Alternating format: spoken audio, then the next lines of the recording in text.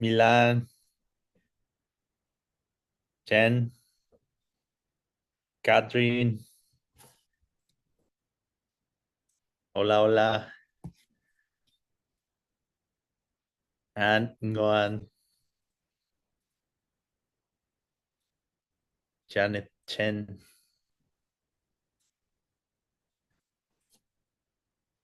Okay, welcome again to another exciting, I hope, installment of the Pramana sessions. I'm today from Hot Tram Beach in Vietnam. It has been very amazing event with no other than Geshe Michael and John Foley. Adam, Hey, good morning. good to see you. Good morning. Good to see you too, man. Yeah, thank you for covering today, Adam, because I was telling everyone that we're in Vietnam and it's like 18 at nighttime, but we still need to keep going with some other activities. Yeah, So thanks a lot. How you been? yeah. I'm doing pretty good. You want the truth? Yeah. Just had a rough night, man. Yeah. Uh-huh. Ava's cat likes to come into the room and start meowing in the middle of the night. So, uh, anyways, Oh, so I had thank you a, for being here because it's much more challenging in the morning, yeah, it can be. at least for It me. can be. Yeah, totally. Um, yeah, so how's Vietnam? What do we miss? It's very cool. Tomorrow for you on Saturday, I'm gonna share some clips and videos about the event. I Mm, think both it has been great. Geshe and John Foley have been doing amazing presentations. yeah, Um, John is I don't know. John is a I'll pretty share a cool guy. little, yeah, yeah, he really is. I'd Yeah, start following his Instagram. He's yeah, amazing. He has videos teaching the pen, and it's yeah. really, really cool. So yeah, I'll share during Pitch One News. That sounds good, man. I can't wait to see what it's like. So thank you so much. And yeah, I'll be here for a few minutes. Then Hmm. around like 30 more minutes, I have to go. But I Yeah, let you today lead the session. yeah. It's good, and yeah. Once again, I'm gonna make a promise this week to Conjun and the other translators to make sure that I get you the PowerPoints beforehand. Um, I thought you were yeah, gonna say to speak slowly because yeah, they really appreciate it. yeah. I think I've been reminded enough now. Yeah, but at the same time, I I may start speaking a little faster during the lecture. Um, yeah. So yeah, so we've got yeah, and first off, I'd like to get a do we have people that would be willing to translate the slides into Russian or the other languages? If I was to get them to you guys, maybe 2, 3 days early, um, do you think we could find some way to translate them so that we, Anna yeah, Anna Korovova has been translating a lot of materials. She's really helping a lot and shares it awesome. in the chats, in the WhatsApp and Yeah. Telegram chats. Amazing. Yeah. So thank I've you, Anna, if seen. you're there. Yeah, and I also don't use social media. Um, so it's also a habit that I have to get into as far as interacting and answering questions in the Telegram or the WhatsApp. It's I checked them a few times, um, but I'm going to be better in the future. It's just a habit that I actually have to develop because I don't use social media that much. Um, yeah. So, There was also a question, if I'm pronouncing it correctly, Ngon Vu? Yeah, there you are. Is that how I pronounce it? Ngon? Yes, it's my name. Thank you. Okay.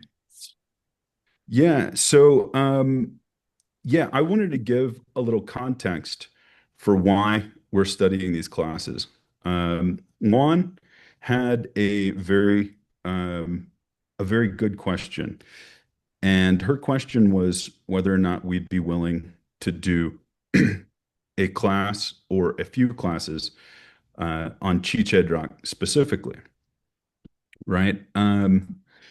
So I wanted to give context for what these courses are supposed to be for. Um, it's hard to jump into, right? Studying Chichedra. Yeah. Everybody's had a very basic course um, by Geshe Michael. Let me reposition because I like seeing you guys. So let me get, there should be some way I can get you guys on the sidebar here. There we go, the view. Okay. I don't like, I had it, my big face was the only one on the screen. And I like seeing everybody else. So, um, everybody's had a basic introduction to Chichedran, right? From Geshe Michael. Um, the reason that I am taking time, because it's taking me many hours to make these PowerPoints and to create um, a lecture. So we're developing a new course right now. Um, and this is in relation to Nguyen's request to teach Chichedra. All of these classes are supposed to lead you into studying Chichedra. Okay. Um, the purpose of these classes is to give you the ammunition that you need to see emptiness directly. Okay. So the purpose of each one of these classes over the next, let's say, few months to maybe the next year is meant to prepare us to study Chichedra very deeply. Okay. But you need to understand all of the things that we're going through right now in order to really approach the subject from a very, very deep uh, perspective. Okay. So I was asked by the Taiwan group to develop a course on Chichedra specifically. So I am in the process of doing that. Um, but even that course isn't going to be all that you need. Okay. Um, these courses, uh, these classes that we're doing right now are going to be a lot more detailed than the Taiwan course that I'm going to be developing. So all of the things that we're going through right now are meant to prepare you to study Chichedrak when you get there. Okay. We will be touching on it from time to time. And I do have to say, I think you'll see why as we go through the lecture today. Okay. Um, who can tell me what is a chi and what is a chedron?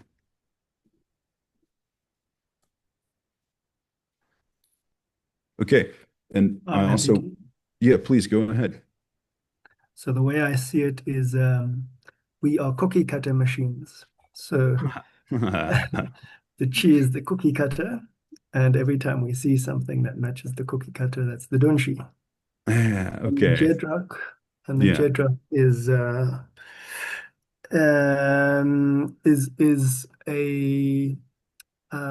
in computer terms, we use objects that we Yeah. program, develop, and so Yeah. it's the Classes. instantiation. It's Yeah, instantiation of the class. classes and objects, right. Correct. Yeah. I didn't mean to cut you off. I studied computer engineering. So sometimes this is the way that I approach models and classes and objects. It's very, very similar. Yeah. It's a very good analogy. Um, okay. Um, does anybody know why cheese are unchanging? We've all heard Geshe Michael say this. Okay. And also, before anyone answers, hopefully we're going to become like a family in these classes. We're going to meet so often that I hope everyone gets to be familiar and starts to be a little bit more comfortable with each one of the people here. So, if you could, I would urge you, if you're feeling comfortable, to start getting used to interacting and to speaking. If you can, if you feel comfortable. But I'm much so, like I've said before, I really appreciate the interaction. So yes, we saw Kadran said it's an archetype, right? However, that's not necessarily what I asked. Does anyone know why archetypes are unchanging? Okay, if a chi is an archetype, and another way of saying archetype is mental image, okay? Can anyone prove to me why they are unchanging? Yeah, well, it's an idea as well, yeah. But why are ideas unchanging?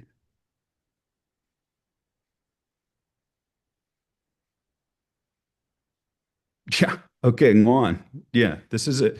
Totally. This is a good idea, right? So, does anybody know why, if a mental image, okay, if we say that a mental image is changing, why does that necessarily mean that it would be something else?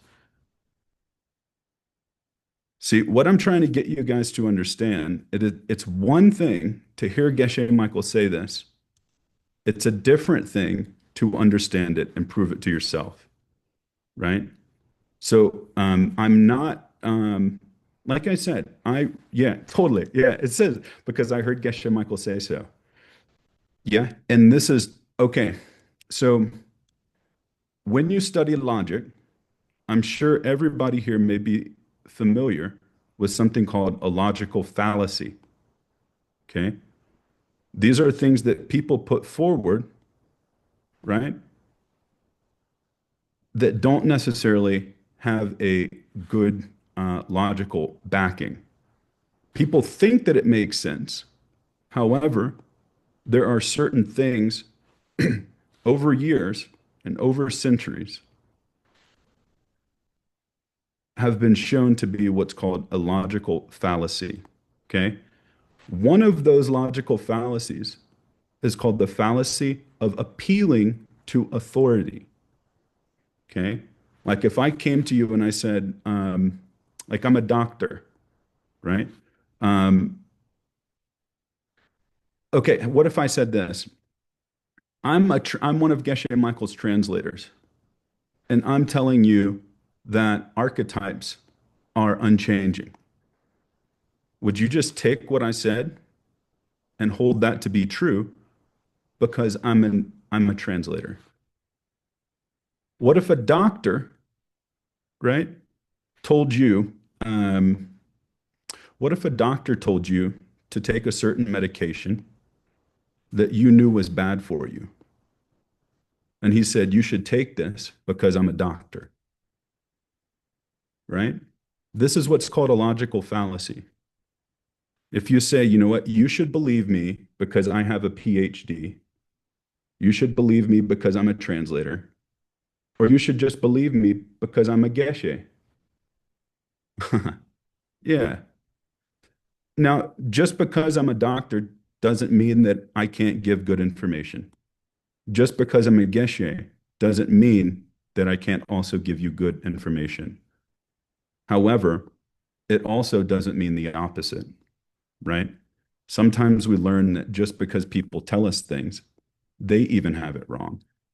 So the reason that I'm saying this is because we've all heard Geshe Michael say things, And from the very first class that I was studying, from the very first class that we've all had together, I made it a point to say, I want you guys to prove these things to yourself.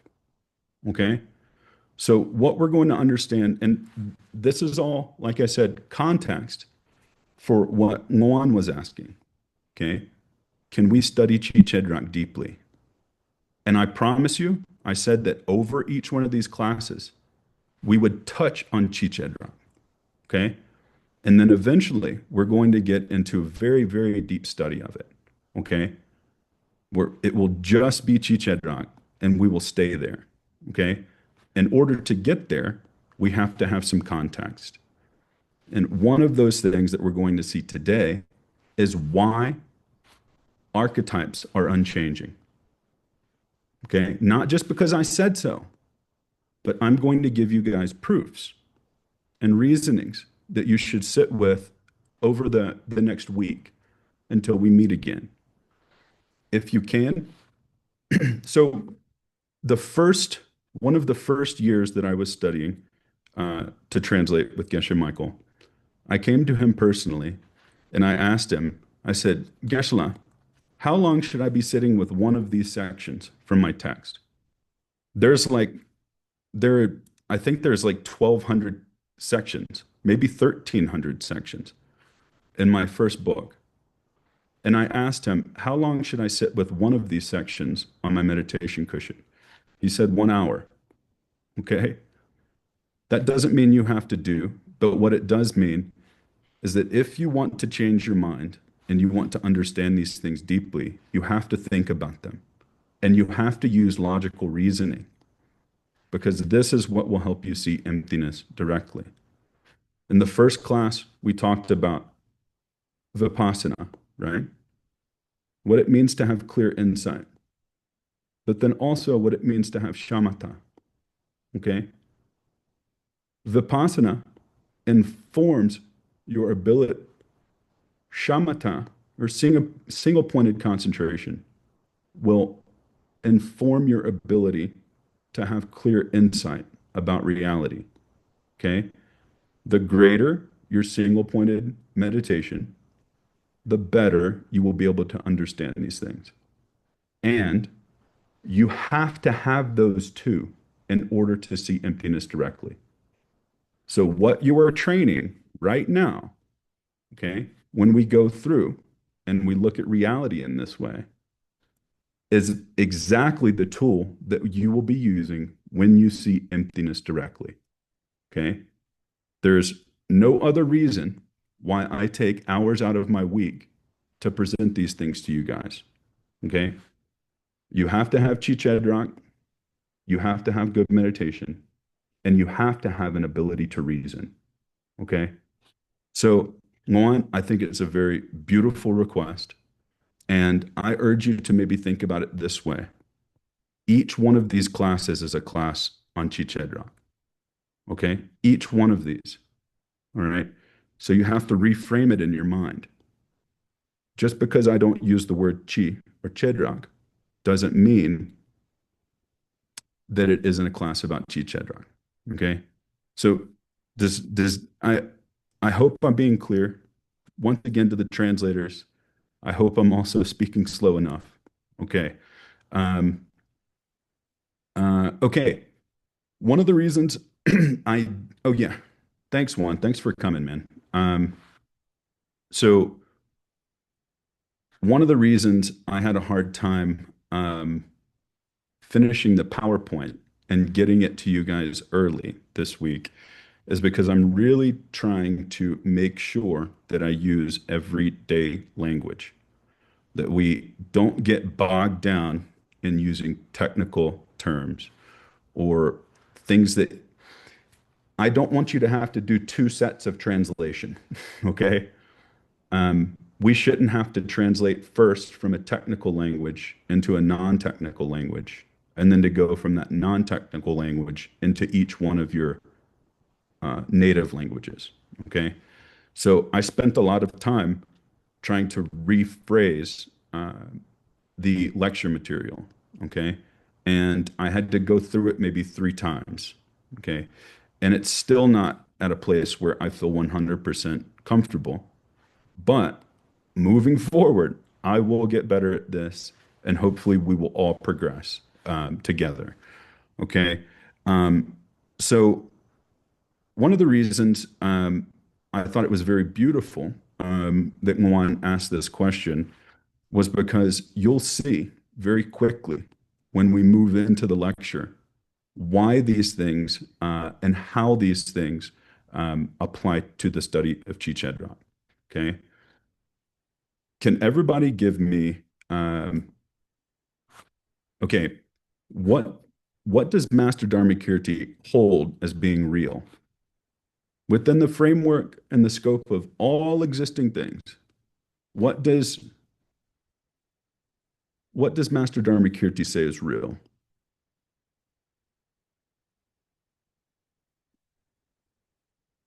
Yeah, if it functions, it's real, right? Okay, if something functions, what does that mean it has to have? What does that mean it does? To function, yeah. If it's, yeah. And one, we have to be specific, not just if it has atoms, but atoms themselves are the only things that are real, not the things that are made up of the atoms. Okay?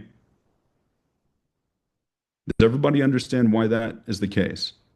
Okay? So we're going to say, if I can write with a pen, it's real. And from one perspective, and we have to remind ourselves that we're speaking specifically from the perspective of the second school. Okay? So Master Dharmakirti holds that the only thing that's real are atoms. Okay? That's the only thing that's real. Now, this is where it starts to get interesting because there are many, many debates that take place around whether or not a coffee cup or a pen is real. Okay? These are things that are made up of atoms, right? They have parts, right? These are things everyone's heard.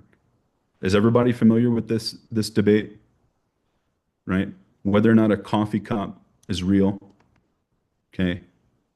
Um, in some places, okay, Master Dharmakirti says the only thing that's real are atoms. Okay.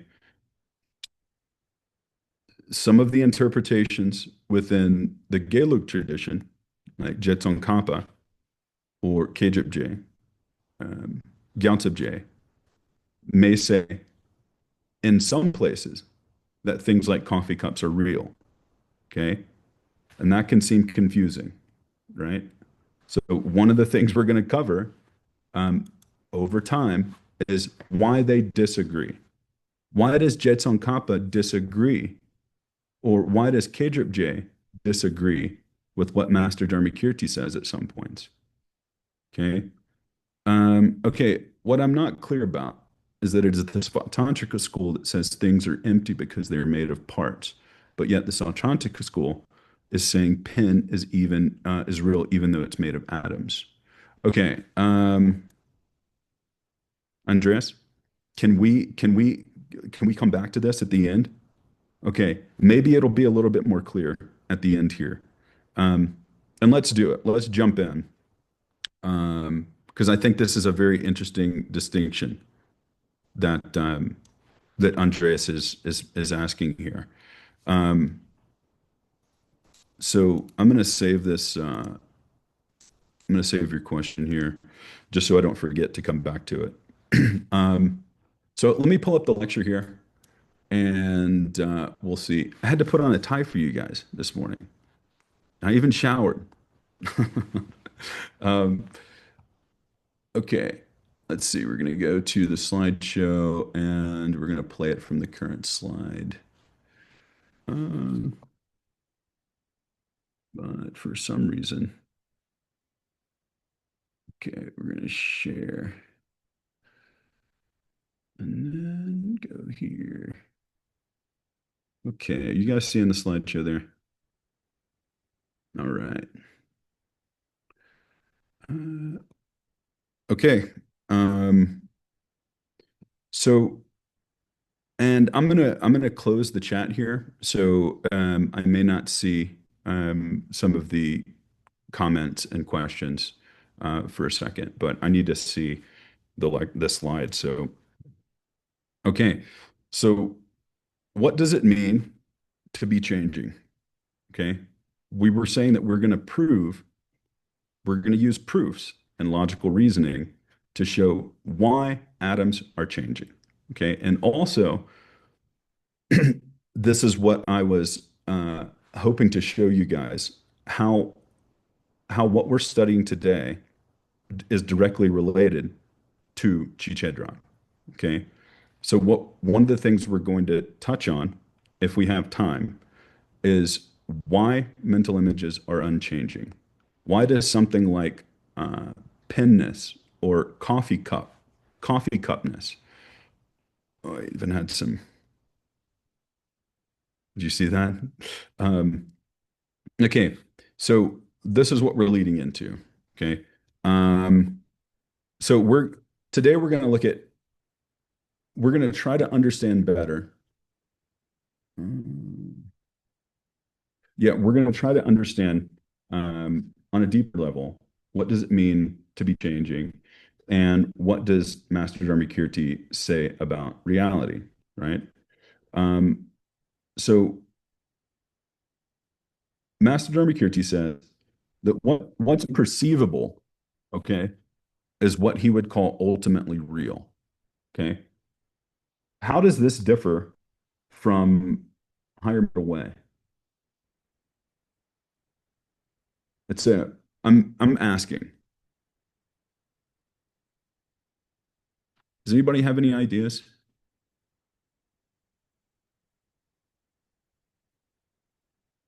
And you can feel free to turn on your microphone too. Like I said, get comfortable. Just because I have a tie on doesn't mean it's a formal thing, right?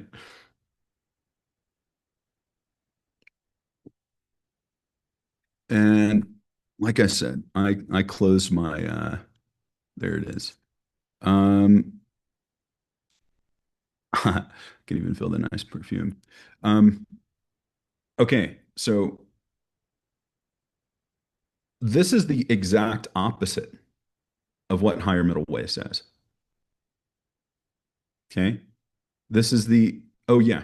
So Ula, so I was asking why, if Master Dharmakirti says that what is perceivable, okay, in the second school, and this from the perspective of the second school, we would say that what is perceivable is ultimately real. Okay. And I'm asking you, how is this different from what higher middle way says? Yeah, emptiness is the ultimate, right? So yeah, emptiness is equated with being ultimate reality in higher middle way. So how is that different? Okay. Higher middle way, um, there's a term called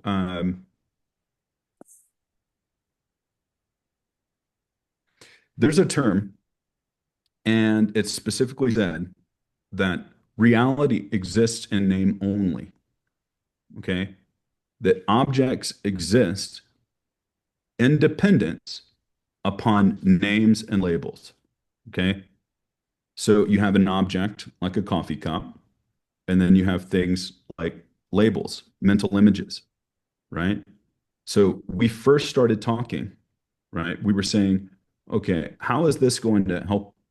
How I'm asking the question, how is this going to help us study Chichedrak? And we have a hand up. Do you want to Hi, turn on your? Adam. Hi, Adam. Hi. Um, Oh, it's uh, Ula. Hi. yes, hi. Hi. So, when something is perceivable, the second Mm. school says, they don't say anything about self-existent. So, I mean, they say the Ah, higher way says we perceive things, but they're yeah. coming from us. And the second school, I don't hear Yeah. this in the sentence. Is that what you mean? Yeah. That is what I mean. Okay. Yeah. So Cool. second school holds that things exist outside of our perceptions. Ex- Yeah, and we will go into that deeper, right? So for the rest of the class, we're going to look at why is that the case? Why does the second school exist, say that things exist outside of our perceptions? Okay. And the reason that I'm asking the question is because we have to identify how the second school differs from higher middle way if we want to understand higher middle way in a deeper way. Okay. So, what the second school is preparing you for is it's preparing you to study emptiness deeper by understanding wrong ideas. Okay.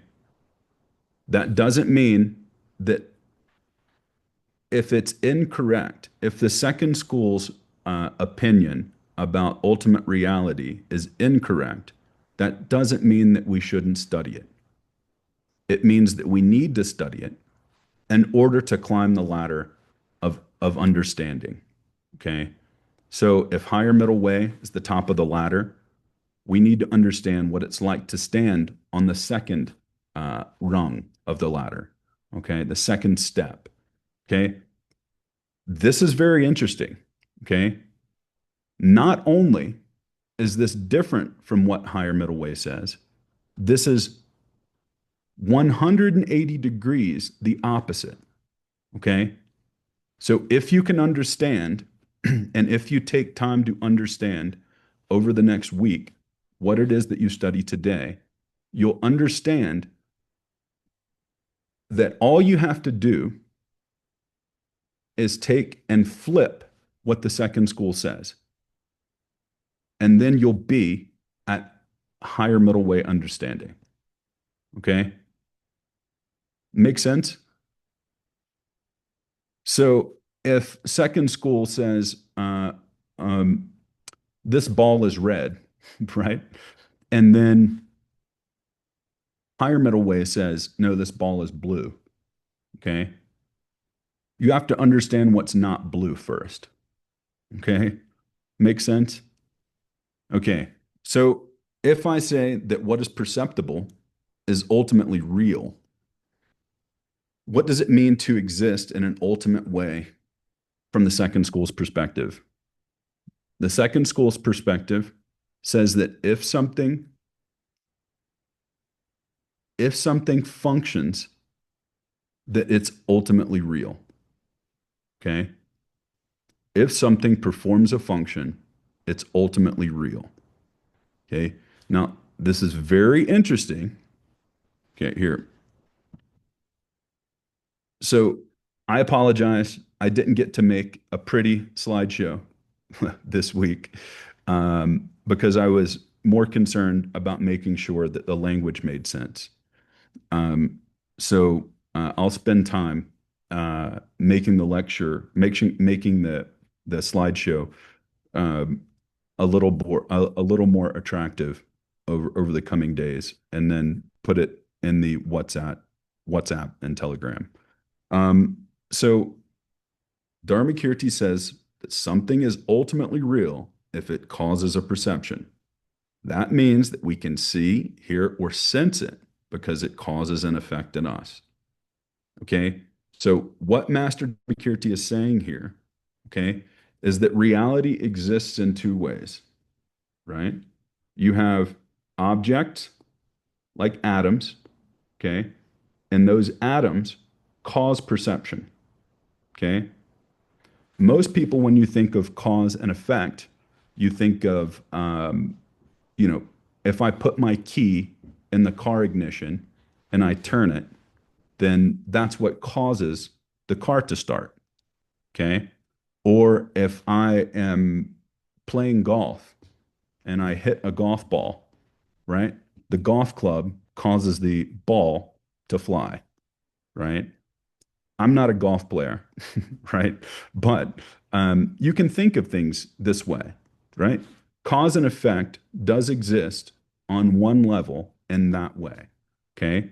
The deepest level of cause and effect, well, I have to Arya Nagarjuna has a very deep presentation of cause and effect. So we have to say that his presentation is the deepest. Okay.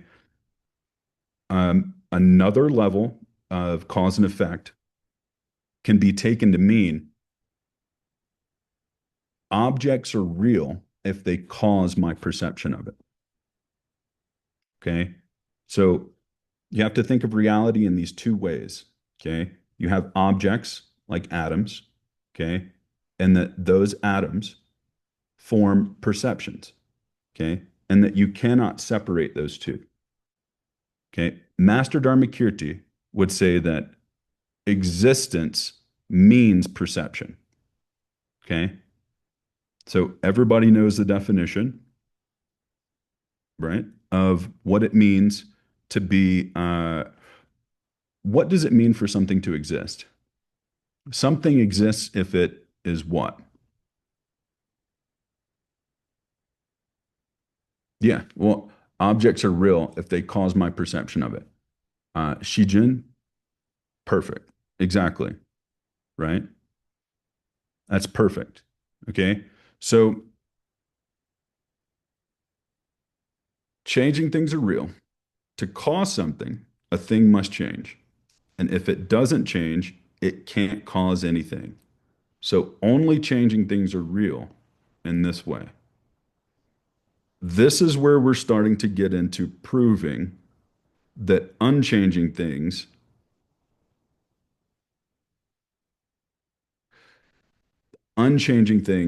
do not cause, excuse me, mental images. What you're starting to see here is how and why mental images are unchanging. Okay. So first off, okay, if I asked you guys, do you understand the difference between gross and subtle? Right? Okay, okay, what's more abstract? A coffee cup or my idea of a coffee cup? My mental image of a coffee cup. Which one is more abstract? Yeah, the mental image. Yeah, yeah, the idea of a coffee cup. Okay, so before we start looking at mental images, okay, we're going to first look at actual things. Okay, because it's going to be harder to look at mental images if you don't first understand how these things apply to actual objects. Okay. It's a bit, so I'm teaching, I homeschool my daughter, which is another reason that I have so many things to do throughout the week. One of the things that we're teaching her right now is math, right? So we have to go and she has to learn math, like basic counting, right? So when you first teach a child to count, you take objects. We have these blocks. And then a year or two ago, we started giving her these blocks. And we said, okay, one block, right, is the number one. Two blocks, this is the way that you can think of it. And a quantity, right, or a number of things, this is how you think of them.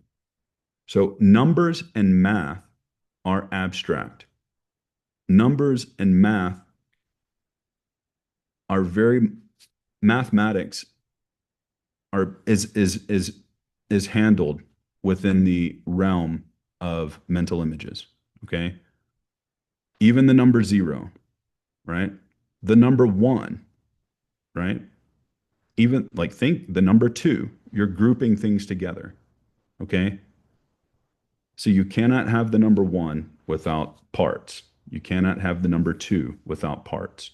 So what I'm trying to get you to understand is that what we're going through right now is I'm trying to put the blocks in your hand. Okay. And I'm trying to say, okay, this is an actual object.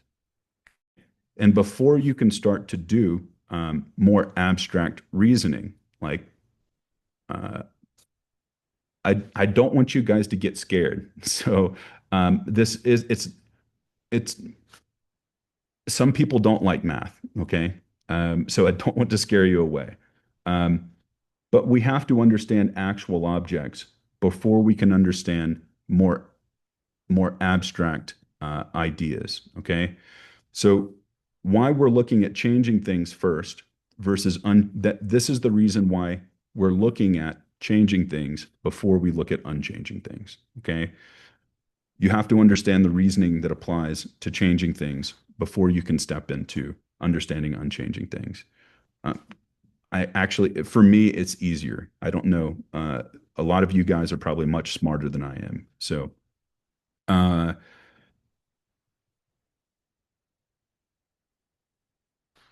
this is what Master Dharmakirti means when he says that things are ultimately real if they can function. Okay. If they change, in order to be in order to cause an effect, you have to be a changing thing. Okay. Right? Can we all agree? Yeah. In order to act, in order to cause an effect. Dude, everybody is yawning. What time is it where you guys are? Is it like late at night? Okay. For So, me, it's the end of the day, oh yeah. end of work day. Yeah. Okay. So I'm waking up and everybody else is cooling down. Okay. Okay. Well, so we're going to say concepts, right? Or mental images, archetypes. They can't capture reality in the way that it exists. Okay. So words and ideas don't change. Okay. But real things do, right? We can use concepts to fully describe what's real, but concepts, they point to stable things. Okay. Real things don't stay still. Okay. It looks like my coffee cup is standing still. It's in one place. But we all know that it's changing on a very subtle level, right? The atoms, right? There's okay. Uh so why don't things okay, universal is another word for an archetype or a mental image or a concept or an idea. Okay. In Western philosophy, you'll see the term universal. Okay. And what a universal means is like take the idea of pinness. Okay. Pinness is the class, as Andreas was saying. Okay. And then individual pins would be the actual objects. Okay. So when we say universal, we mean that the idea of pinness applies equally to all pins. Okay. Once again, the cookie cutter, right? And the cookie. Okay. So, um, universals can't change. Okay. This is one of the things that we were saying. How much time do we have left? Okay. I'm tempted to just stop going from the lecture slide, from the slides.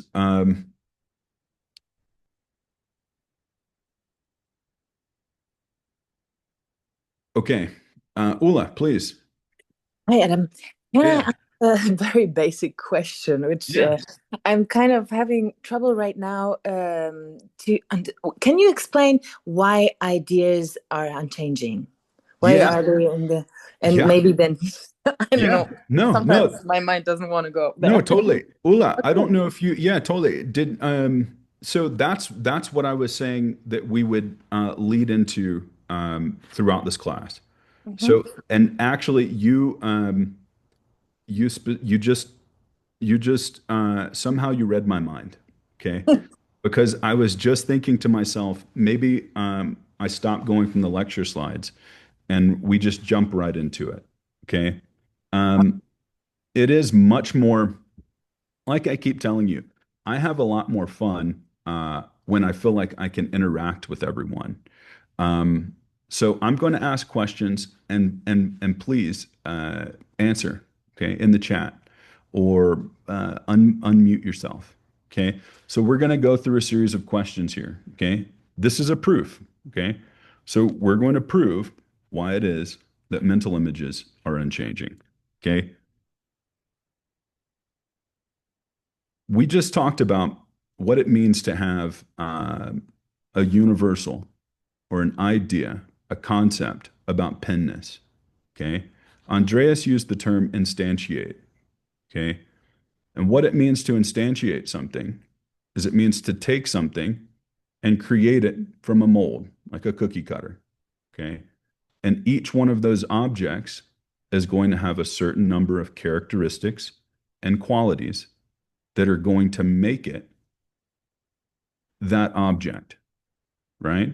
Somebody said earlier in the chat, and Andreas can follow what I'm saying, but I'm trying to use a different language to describe these things because even instantiation is something that may not be too approachable for the translators. So somebody said in the chat earlier, right, that a pen is real because I can write with it. Okay. Can somebody pick out a quality within that statement that has to be shared by all functioning pens?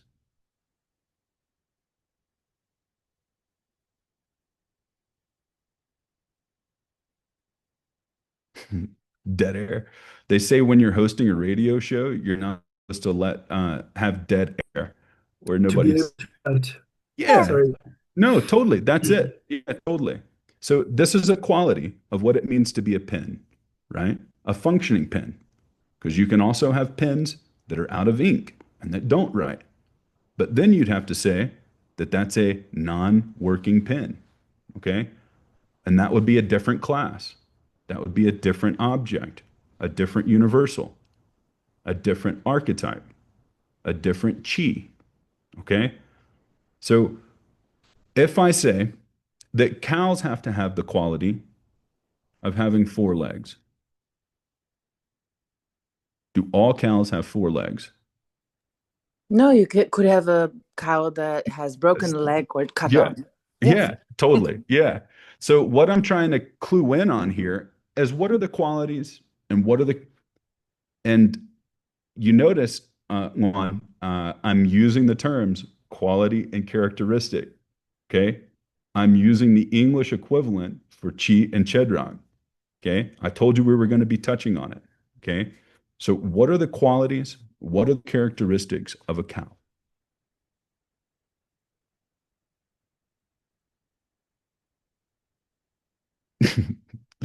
It has to have qualities. Okay. If it had no qualities, it would be a non-existing thing. Non-existing things don't have qualities.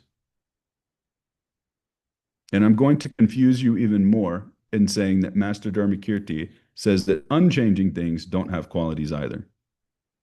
Okay. But we'll get into that. Okay. So let's skip it. Okay. We can all agree that cows have to have certain qualities. Okay. That make them a cow. Okay. Because when you perceive a cow, you identify it as a cow, don't you? Right. So we all have to agree that cows share certain characteristics. Cows share certain qualities. Okay. And those qualities, right, are being given to it by this category of cowness. Okay. So I ask you, if we were to change, okay, if the category cowness was to change, okay, what would that mean? Somebody in the chat said it earlier, and I said, yeah, I've heard Geshe Michael said that, right? Somebody in the chat said earlier, because Geshe Michael said so. I heard Geshe Michael say so. Okay. Why does it mean, once again, why does it mean for a category to be unchanging? Ula. In the example of the cow, can you please say which one is her characteristic and which one is her quality? Because I can recognize the Yeah. cow as a Yeah. cow, even when she Yeah. has, or he, no, Yeah. she, Yeah. even if they have only 3 legs, for me, it's still a cow. Exactly. So what is Exactly. this? Is the leg thing her quality or characteristic of this particular cow? Okay. Well, we would have to say it has to be a mammal. Mm-hmm. Okay. It has to give birth, right? Okay.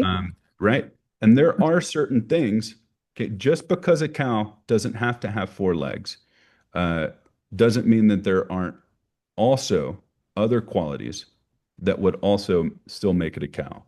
Okay. It would have to give birth. It would have to be a mammal. It would have to be alive. It would have to be a Kongsak. Kongsak means a person. Okay. Person within our lineage, okay, means any living thing, not just human beings, but person applies to all living things. You would even call an ant or a beetle a Kongsak. So Mm-hmm. it has certain qualities that it has to have, right? It has to be alive in order to be a cow. Yeah. Doesn't necessarily have to moo. Okay. Uh, Probably has to have skin. Yeah. Um, in order to be alive, right? So um, there may be more examples. Yeah, it's Gang.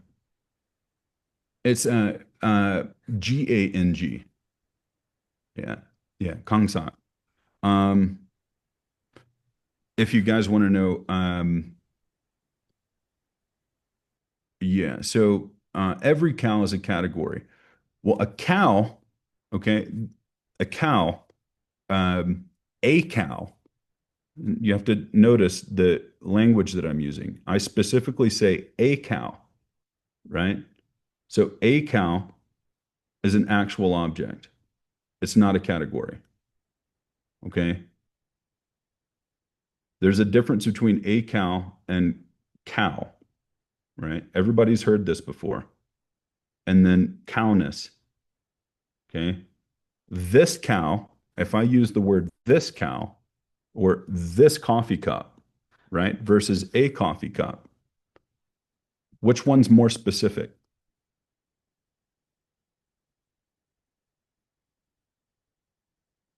Andreas is going, you're muted. This coffee cup, this cow. Yeah, totally. Yeah. This is definitely more specific, right? Versus a cow can be any cow. Okay. A cow can also be the same as saying just cow. Okay. Right?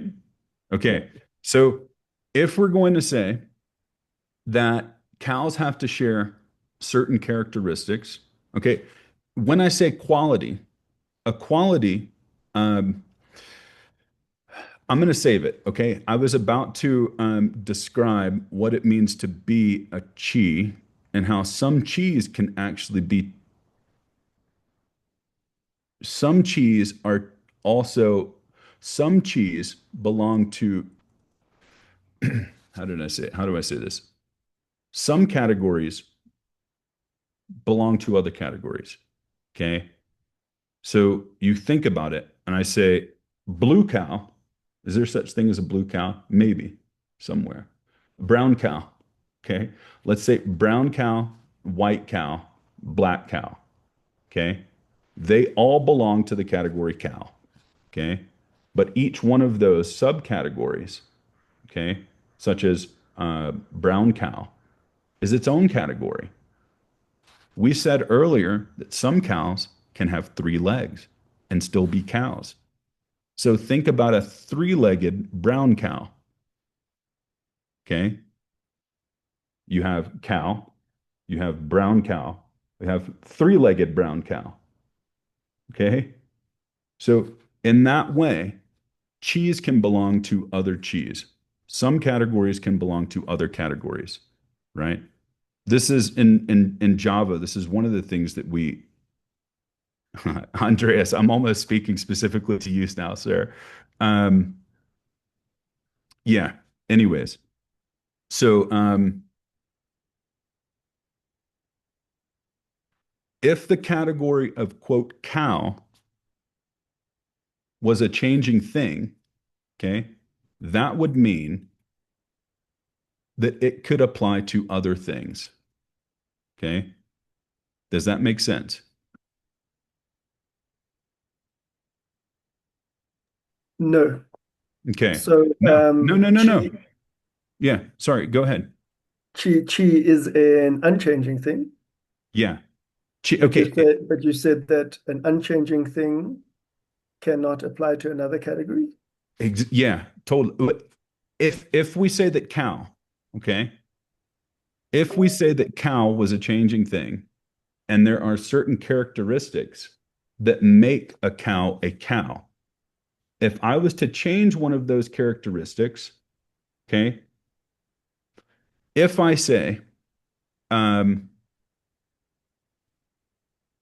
category of cow has to apply to Kongsa, has to apply to beings who have the five heaps. Okay? That's what makes a Kongsa. If I say the category cow has to apply to people, to persons, to things that are alive.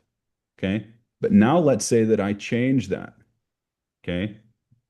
If I say that the category cow doesn't have to apply to living beings anymore, okay, that would mean that that category would be a changing thing, okay, and it would necessarily mean that that category would not apply to cows anymore, okay, and that is what Geshe, I've heard him say this before, and I have wondered why the hell did he say that, okay?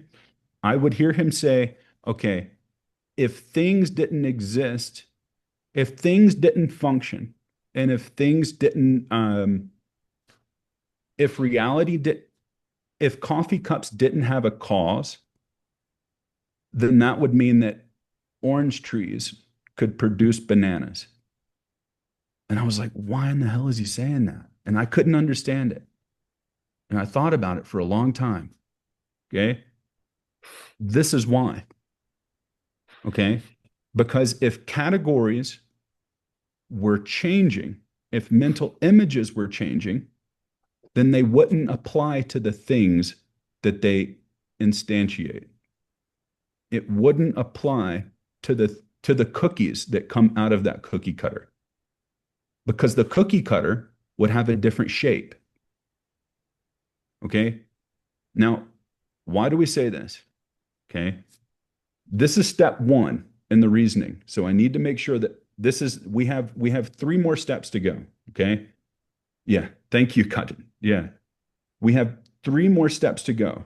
Okay. This is the first step we all have to agree on before we go any further. Okay.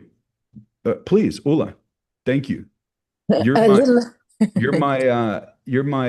Yeah, Thank you. Go ahead. I'm yours, definitely. Yeah. So, just really basic. Can you Mhm. say that um, what do you say? Category Yeah. could be a cow in general, Mhm. and then you go the cow with three legs or the cow with whatever Yeah. is the quality. Yeah. So is it always like a cow, the concept, the unchanging thing, and then the others, the qualities? Because you can have, you said in my mind we're going everywhere, like you said, theoretically cowness has Mhm. to be something alive, but I was immediately thinking about a cow that I painted or draw. So Yeah. um, Yeah. This is perfect. This is yeah, perfect. Yeah. the cow that I'm painting is something changing, Yeah. but a cow, always when you say the a in front of Yeah. instead of the cow, Mhm. is the unchanging concept and idea, right? Or is it? Yeah. Can you say that like that? Yeah. Or Yeah. am I So having when something I wrong? say a cow, I mean any cow. Okay. But not the concept of the cow, or what? Yeah, I actually am referring to the concept. Yeah, when I say a cow. Okay. Yeah, and I would recommend okay, we've been going for an hour. This is supposed to be an hour 15. Um, you guys want to, yeah, okay, we're gonna keep going. Okay. Um, so yeah, and I'm hoping that these things will be presented clearly enough that if you can find the time, you can listen to the class again. Okay. So for anybody that's in the that just joined the chat or that just joined the session, we're we're we're leading to why do why is it that mental images are unchanging? Why can we say that? Okay. So the first step is understanding why the category of cowness has to be unchanging. Okay. If the category cowness was a changing thing, that, okay. If I say this paper is white, okay, this paper is white, okay, what quality am I giving that paper? Whiteness. Yeah, exactly. I'm saying that the paper has the quality of being white. Okay. And in our system, we say that any object, okay, think about the way that language works. Okay. When I say this paper is white, or I say this paper has the quality of being white. Okay. Can you tell how language is considering those things to be separate? Okay. You're separating the quality from the object. Okay. If I say that uh, I have a coffee cup, right? The language is implying that those are two separate things. Okay. You have me, you have the coffee cup, you have an object, and you have an object holder. Okay. Master Dharmakirti says this is not the way reality exists. Okay. And this applies to why categories are unchanging. Okay. So follow me here. You guys are all, like I said, much smarter than I am. So you'll probably get it much quicker than I did. Okay. If I say that objects, right, have qualities, okay, that's one way that language is fooling us. Okay. When you think of objects, Master Dharmakirti says you cannot separate the characteristics. Yeah, thank you. Thank you. Master Dharmakirti says that you can't separate the two, right? The whiteness cannot be separated from the paper. If you were to separate the whiteness from the paper, you would no longer have that object. Okay. There's a whole chapter, okay, just on identity. Okay. And identity is going to be key in your understanding subtle impermanence. Okay. So these things are not just word games. Okay. We're meant to give you tools. Okay. The deeper and deeper that we start looking at reality. Okay. Oh, yeah. Please finish. Then I have a question. Yeah. Okay. All right. So, um, if I was to change, let's say, one of the qualities of any given object, okay, you wouldn't have that object anymore. Okay. There's a law in logic that's called the law of identity, meaning that everything in the universe is itself. Okay. Seems very common sense at face value, right? So if you change any particular quality, any particular characteristic of an object, it is no longer itself. Okay. objects come from causes, okay? And if you objects don't come from one cause. Objects come from many, many, many causes. Okay. So each one of the atoms that makes up a coffee cup acts as its own cause for the coffee cup in the next moment. So you can think of how many atoms there are in a coffee cup, and you have that many causes which make up that coffee cup in the next moment. Okay.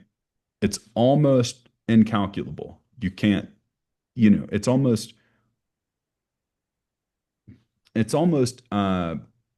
so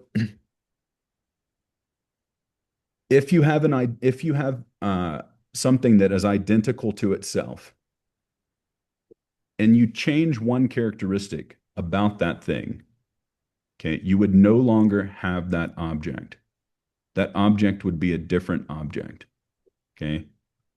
In the same way that if we say cows, one of the characteristic of being a cow means that you are a mammal. And if you change that characteristic, okay, if you say that cows are no longer mammals, then you wouldn't have a cow anymore. Okay? And the category cow would apply to something different.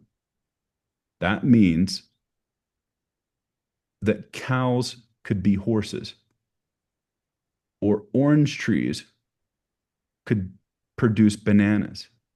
Okay? It's a little slippery, okay? But can everybody follow the basic reasoning there? Maybe I'm not doing a good job explaining it, which wouldn't be the first time, okay? Okay. If something is unchanging, let's all agree, okay? Let's all agree that if the category cowness had the quality of, if the mental image of a cow was a changing thing, then it could equally apply to horses or chickens or birds. Okay. This is another way of saying it. Okay.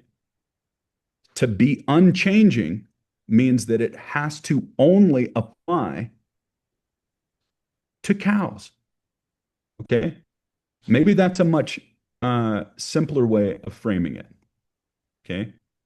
So let's go from there. And if it doesn't make sense, you think about it. Okay. A lot of the times, things like some of the topics that we're going to study, you won't get them the first time you think about them. That's why Geshe Michael told me to meditate for 1 hour on one section from my book. Okay. He says in course 13, you might have to spend 2 weeks with one particular argument. Okay. So if it doesn't make sense, don't feel discouraged. Okay. Just keep thinking about it. All right. From there, we're going to move on though. Okay. So if the category cow or cowness, okay, was a changing thing, that would mean that it could equally apply to horses. Okay. A cow could become a horse. All right. So when we say, what's another quality of being unchanging? Okay. Changing things can produce causes. Changing things act as causes. Changing things produce effects. Okay. If an unchanging thing is in the state, I'm trying to use different language. Okay. I'm sorry. If an unchanging thing, okay, doesn't produce an effect, okay, and it's an unchanging thing, okay, then being unchanging would never become something that causes an effect.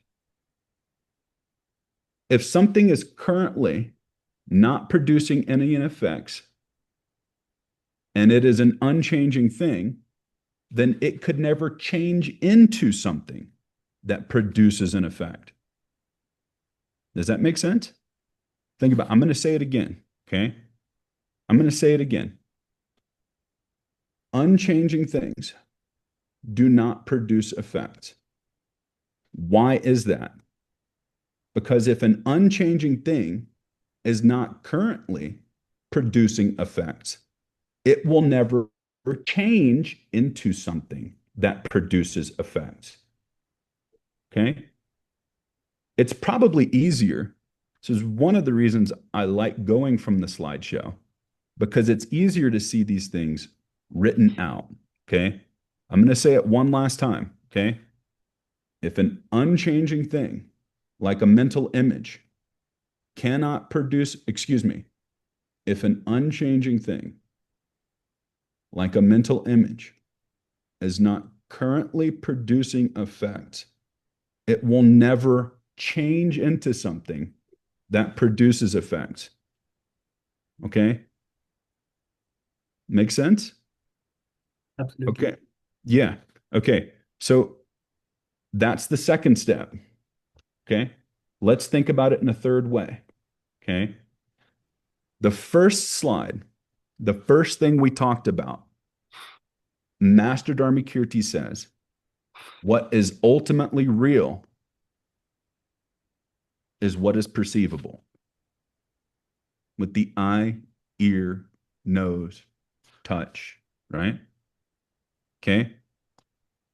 So if something is perceivable, that means that it is functioning, because it is functioning as a cause to produce your perception. Okay? That's why he says that it is ultimately real. Okay? So let's say that unchanging things were able to function, that unchanging things were actually changing. Let's say that unchanging things could produce an effect. Okay? This is the last one. Okay? And then we'll stop. Okay? If unchanging things could produce an effect, and things that cause other, if things that cause effects are what's ultimately real, and what is ultimately real is what triggers our perception, okay, then if you are perceiving something that is unchanging, it would have to produce its effect in every instant. Okay?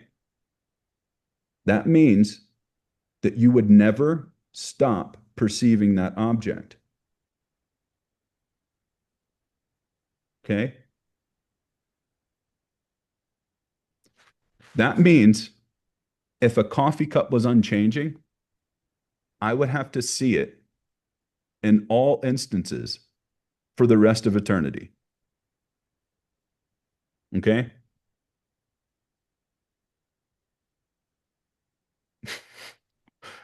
Okay? Because of the fact that it's unchanging. Okay? These things are all absurd. Okay? They are absurd to think. Okay? Because in order to be something that is a cause, in order to be something, okay, we'll go through causes. Every existing thing, every changing thing is a cause. Every changing thing is an effect, right? every changing thing is also a functioning thing. Okay. So if something functions to cause my perception of it, and it's also unchanging, that means that my perception of it would never change. That means that it would never. Okay, last thing, absolutely last thing. Okay. If something is a cause, if something is an effect, if something is a changing thing, if something is a functioning thing, it is also momentary. Okay.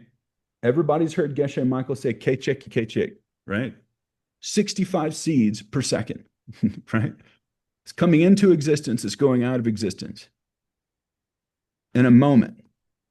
Things change moment to moment. Okay.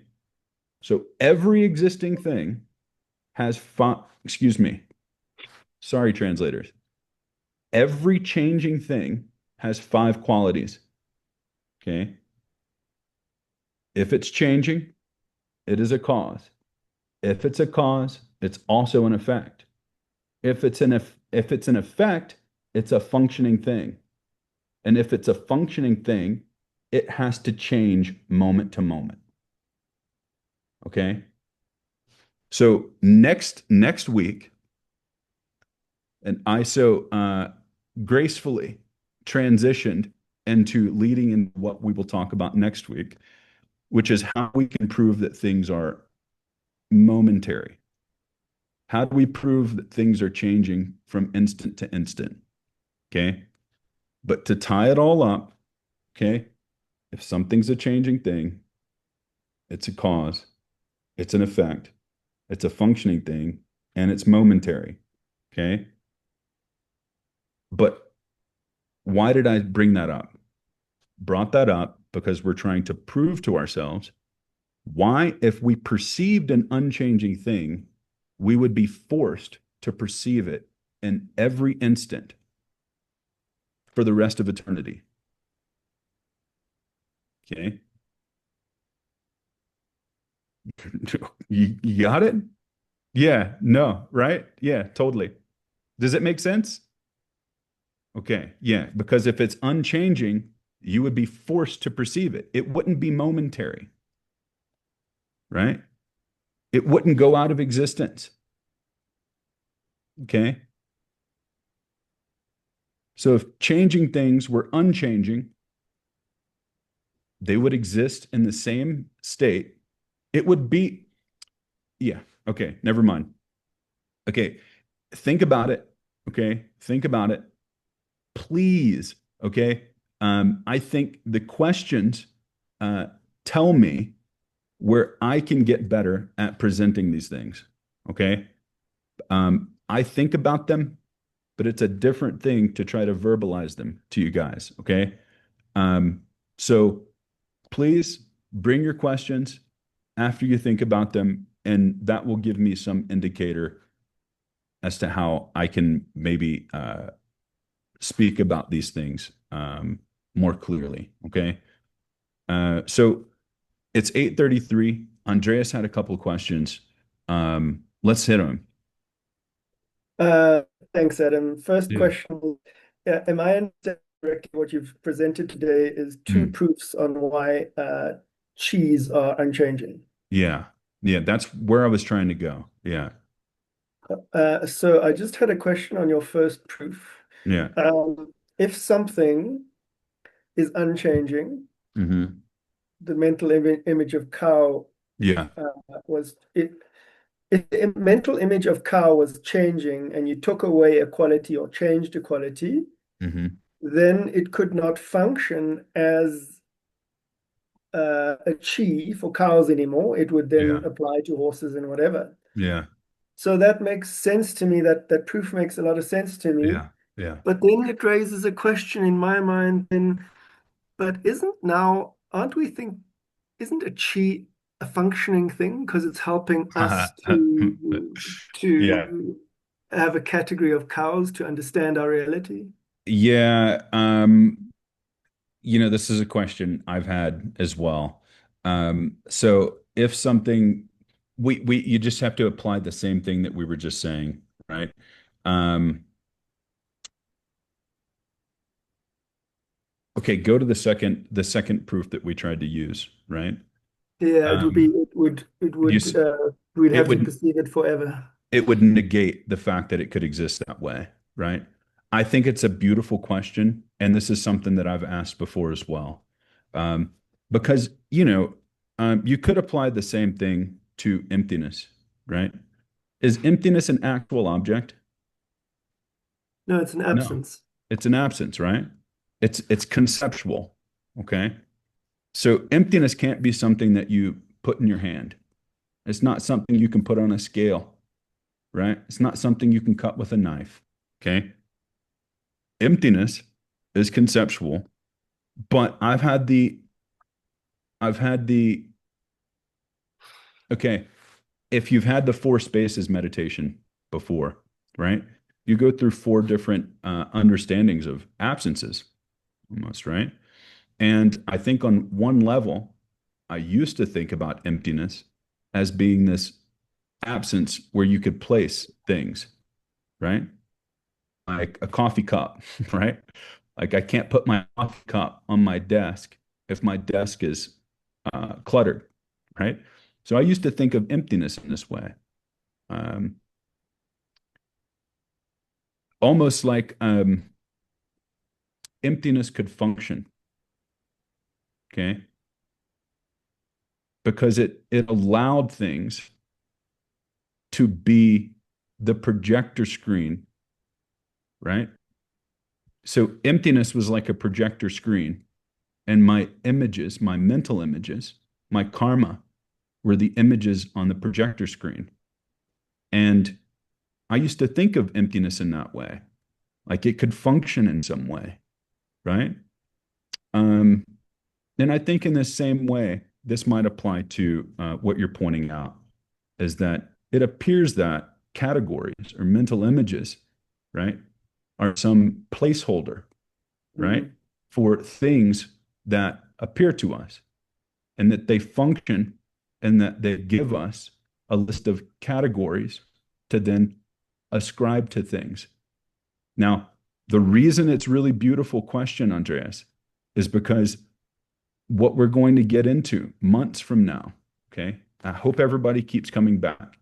And I hope everybody got something from today's class and I wasn't just rambling. Okay. Um, I hope you took something away from this. Okay. If not, I'm really not doing a good job. Okay. But where we will go in a few months is how the mind forms mental images. Okay. We're gonna spend time talking about how do the mental images exist first. Okay. But then we're going to talk about how does the mind form the mental image. And this is very sophisticated subject. Okay. Entire books, many books have been written about that one subject. Okay. By very famous Buddhist scholars all over the world. Okay. It's a term called shinsel. Okay. Also a Sanskrit apoha. It means the opposite of everything that is not that thing. Okay. You've heard this. Okay. And once again, we've all heard Geshe Michael say that this is the way that the mind creates mental images, is by excluding everything that is not that object. Okay. We're not going to stop there. Okay. We're going to understand why and how that's true. Okay. Instead of, and once again, everybody, I love you guys. And I know that Geshe Mike, everyone loves Geshe Michael. Okay. I'm not attacking his presentation of these things. Okay. He has many things that he's trying to teach, and he has many people that he's trying to help. So he only has so much time to go into these things. Okay. And I think what he's trying to do is he's trying to give you guys recipes. Okay. And our job as students is to take those recipes and to go and cook the meal. Okay. So what that means is that if he says something, you need to struggle. Okay. You need to struggle with understanding why he says that. Okay. If somebody could tell you, if